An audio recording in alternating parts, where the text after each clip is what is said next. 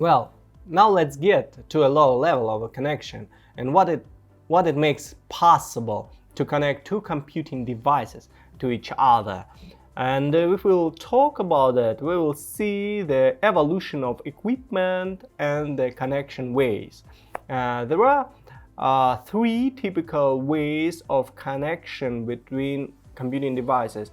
The wired connection that may be presented as the metal form and fiber channel and optical form. And also there is a wireless connection that is primarily used within a Wi-Fi, in form of Wi-Fi and in form of GSM mobile network. And also, if we use the metal cable line, we see the different throughput possibilities for different configuration of cable line. The first way of the communication between the computing was the communication port, a special port that was able to send the data through pins and to receive the data from these pins in digital form. And we actually used to buy a modem, a special equipment like that could send the information, modulate the information and demodulate the information by using the telephony cable line that consists of two wires. And the further evolution made it possible to improve the speed of the connection from 56 kilobits per second up to 10 megabits per second by using this same cable lines by DSL network. And now we will take a look at the category of the metal cables.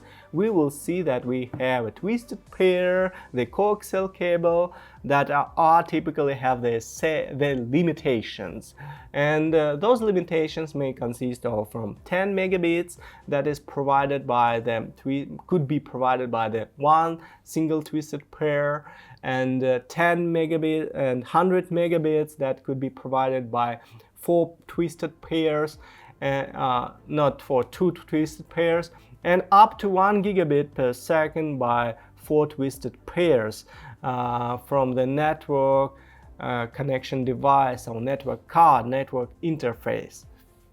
And fiber channel typically can provide up to 10 gigabits per second, and optical channel can have its own limits on the data transfer. All of them are used differently, and for nowadays more popular become the optical channel because the production of this channel is not that expensive for nowadays according to the technology that we have already attained.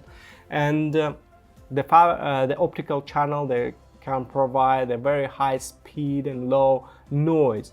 And if we will compare to the LAN system, for example, the wired system, they have own limitations of the data loss, the weakness of the signal that makes it possible to make a direct connection between personal computer and personal computer by using the twisted pair up to 150 meters only.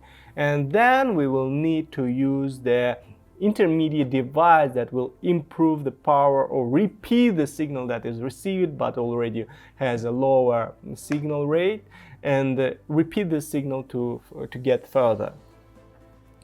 And now we will talk about the difference between the analog signal and digital signal, and how can we compare them, and what are the advantages or disadvantages of any of them.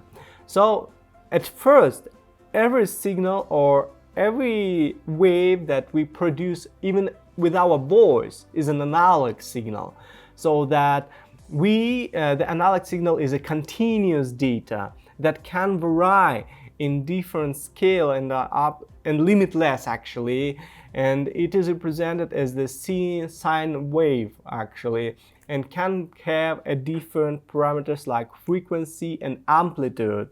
But the analog signal is very afraid of the noise.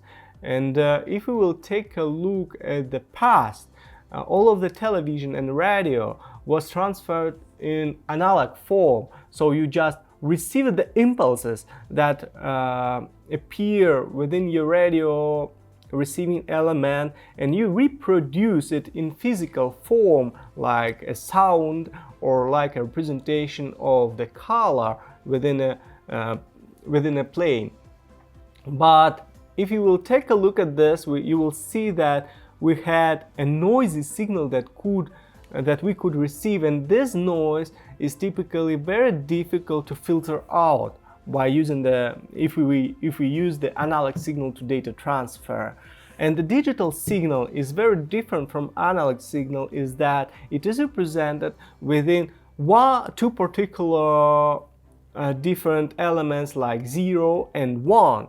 And if you send the data within a digital form, you can easily incorporate to this digital form with the redundant information that help you in form of data loss to repair the gaps within this loss and retransform the initial data that is stored or try to be transferred from one element to another element. And the key function within the data communication and the network communication is that it is possible now to transfer from analog signal to a digital form by using different algorithms, and then reconstruct the analog signal to the digital signal to analog form. So now we have, for example, a form file of MP3, the decoding form of audio signal. And of course, here we use the bit rate that is able to store each particular difference or fluctuation within an analog signal into a digital form. And here we choose what kind of information we are ready to lose by sending the data or by retransmitting the data from digital form to analog and analog from digital one.